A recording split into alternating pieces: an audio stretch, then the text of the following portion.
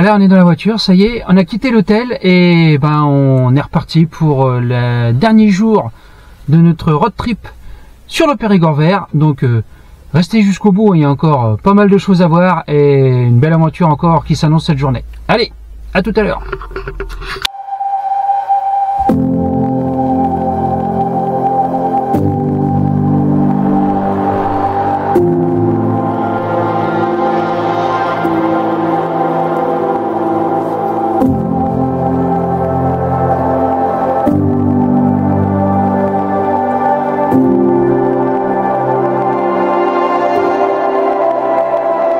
Donc, je suis à Chancelade, à côté de Périgueux, et là, on va visiter l'abbaye.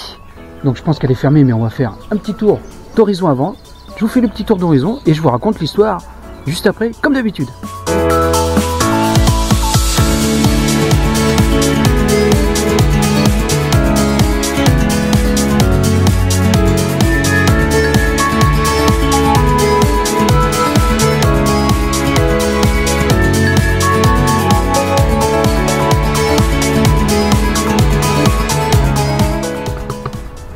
Donc,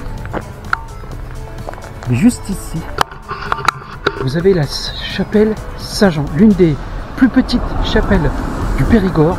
Elle, a date de la moitié du XIe siècle. Allez, nous partons maintenant au vif du sujet, à la grande.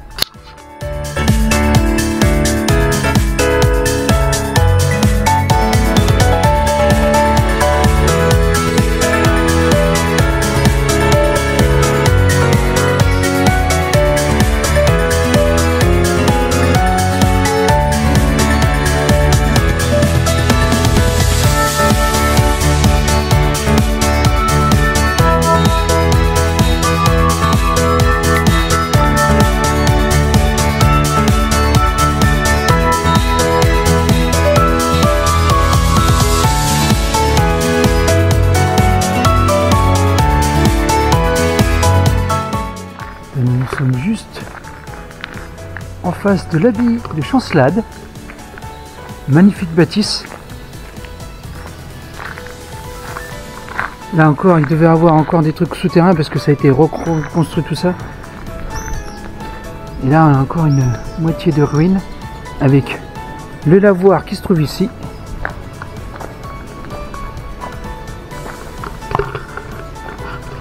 Et on va raconter un petit peu l'histoire de cette abbaye, dans l'église abbatiale, celle qui se trouve juste là, regardez, hop. Donc, ces bases sont édifiées dès 1128, comme l'ensemble des autres bâtiments abbatiaux, mais elle a perdu bien des éléments à l'époque romane. En particulier, après la destruction par les protestants en 1575, ne restait alors que la place, la façade. La base des murs de la nef et des fenêtres, les voûtes en berceau des croisillons, la coupole de la croisée du transept, le clocher, la reconstruction entreprise par l'abbé Alain de Somminac fut achevée en 1630. La nef fut alors voûtée d'ogives, les parties hautes des murs de la nef furent remontées à l'abside, initialement semi-circulaire, fut remplacée par un chœur de chevet plat. La façade est influencée par la Saintonge et l'Angoumois. Voilà, hein, charentais.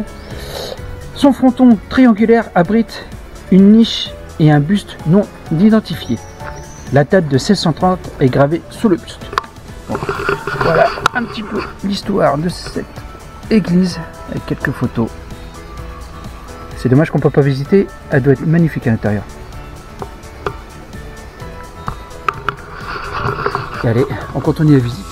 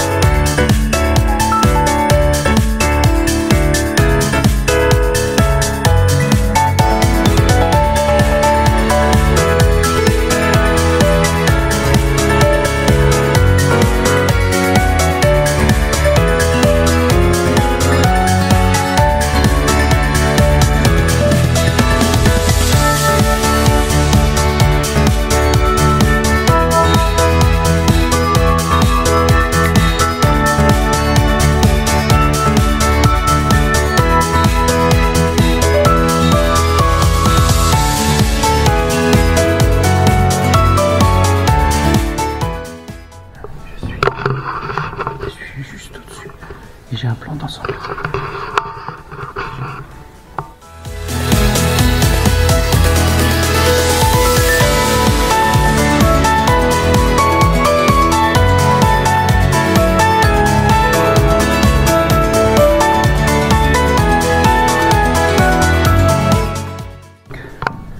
Voilà la visite de l'abbaye de Chanceland.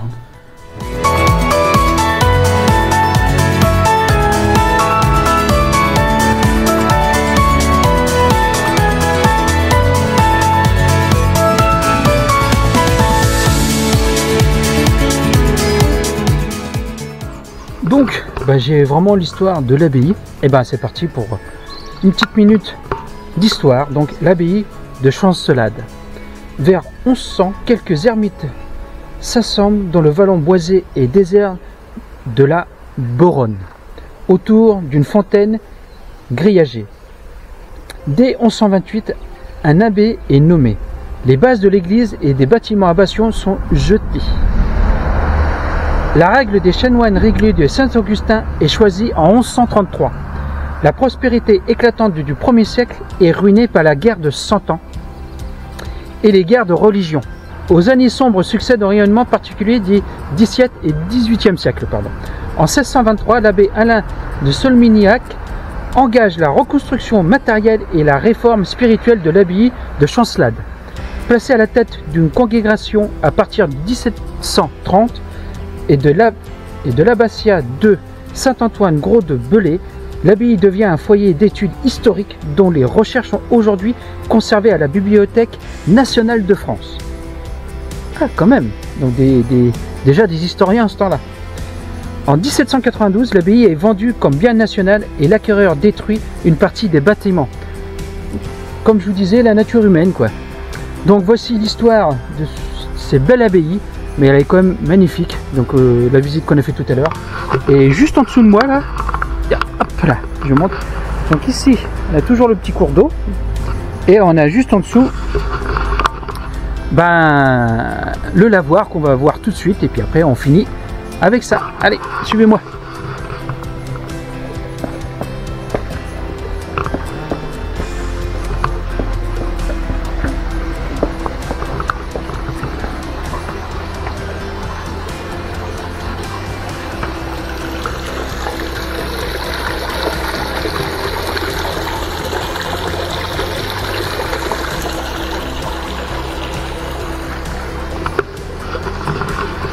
Voilà, donc il faut savoir que le lavoir, n'est pas d'époque de 1100 ni rien, parce que les lavoirs d'origine, c'est vraiment fin 18e, début 19e siècle qu'ont été créés les lavoirs à cause des maladies et de l'insalubrité qu'on avait chez nous. Donc c'est pour ça qu'ont été créés les lavoirs, pour laver le linge et pour que l'hygiène devienne plus récurrente et que les maladies soient moindres. Donc on appelle ça l'ancêtre de la machine à laver, quoi. Allez, nous on est parti sur Périgueux. Je suis arrivé, je suis à Périgueux et là, juste devant moi, nous avons la dite cité romaine. Donc là, je suis devant une porte. Regardez-moi ça. Donc, ce qui reste de la porte de la cité romaine.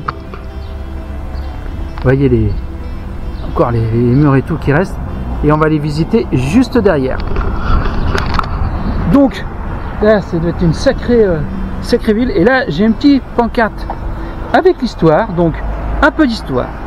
Au début du IVe siècle, la ville gallo-romaine de Périgueux perd le nom de Vesuna pour s'appeler simplement la cité des Pétrucores.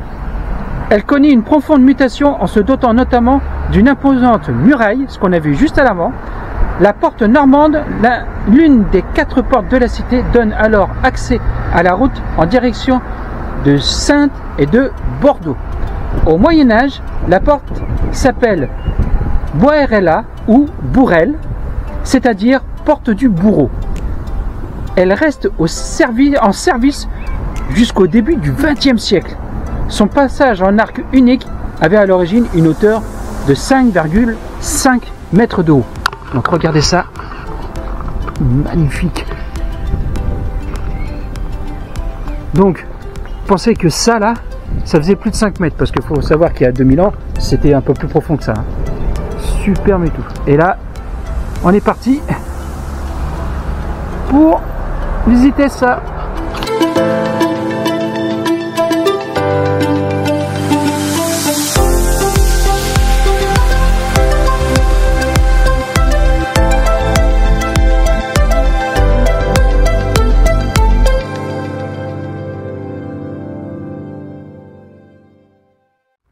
Là, quand vous voyez encore l'imposante ruine et les murailles qu'il y avait là, et là on a bien encore les sculptures de l'époque romaine, hein. Donc là encore les colonnes, une colonne, hop, là encore des vestiges, puis nous on va aller voir un peu par là.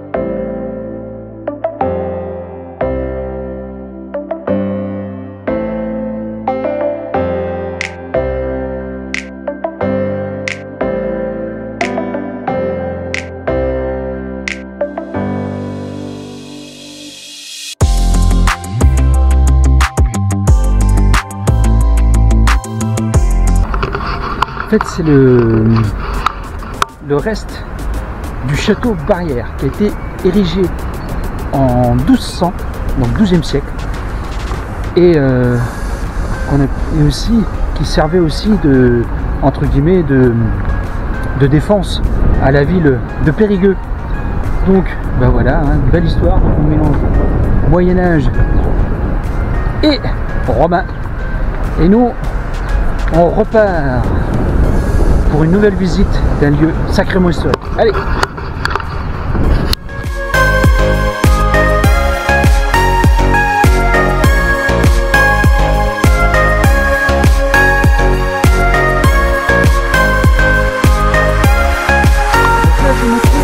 Château-l'Évêque, donc juste à côté de Périgueux.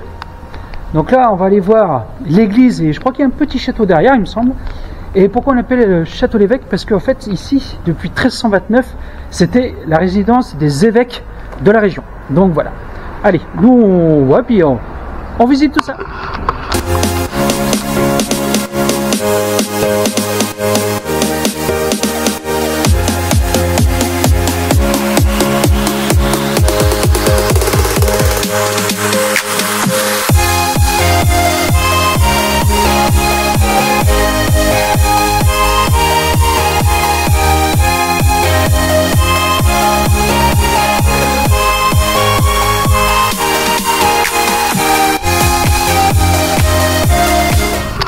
Voilà, une très belle devanture juste derrière moi de l'église Saint-Julien, date du XIVe siècle, dont aussi qui a servi pour les évêques qui logeaient juste derrière.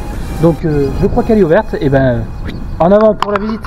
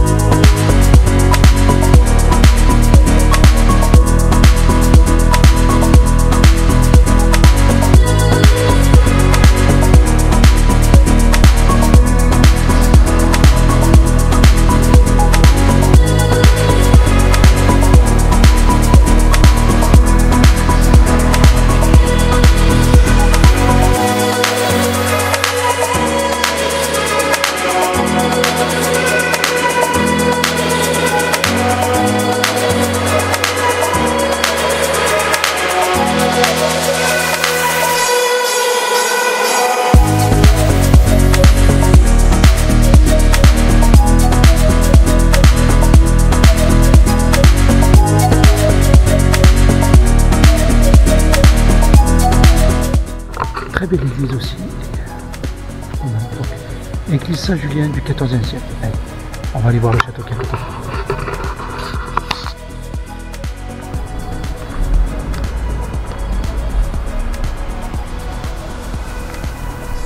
Donc ici,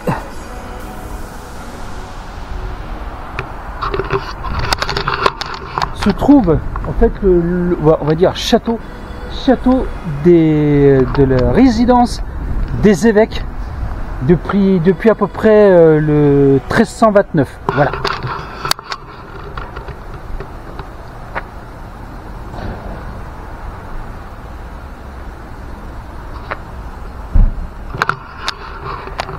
Donc après malheureusement là je peux pas les visiter parce que ça ouvre qu'à 13 h puis il est 10 h du matin. Donc bon, on fera ça peut-être une autre fois. Allez, et ben nous on continue pour le road trip et on va voir, on va s'échouer encore peut-être un beau château. Allez.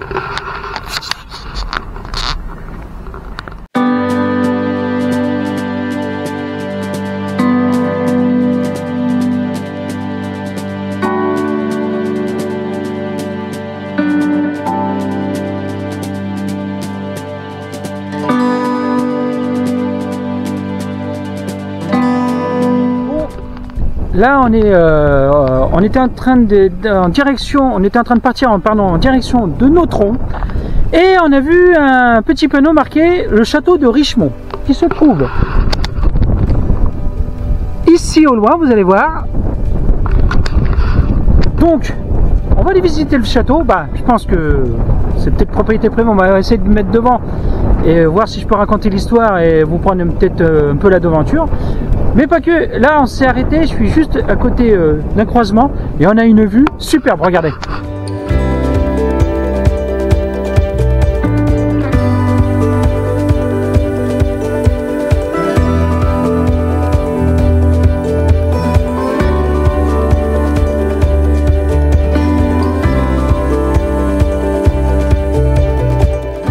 Là, superbe sur la vallée, très jolie. Allez, on va jusqu'au château puis on va voir ce qu'on peut aller visiter. Allez.